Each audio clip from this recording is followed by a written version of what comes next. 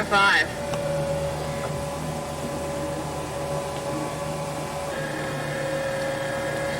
At the top of the hill, you can see a lunch chapel. There's approximately 200 weddings a year held here. That's close to about one a day.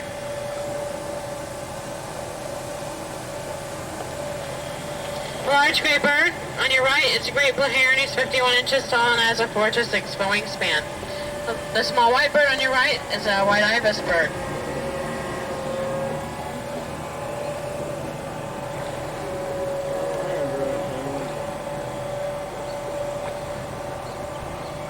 Spanish southern moss. Spanish southern moss is not Spanish, it's not southern, and it's not moss.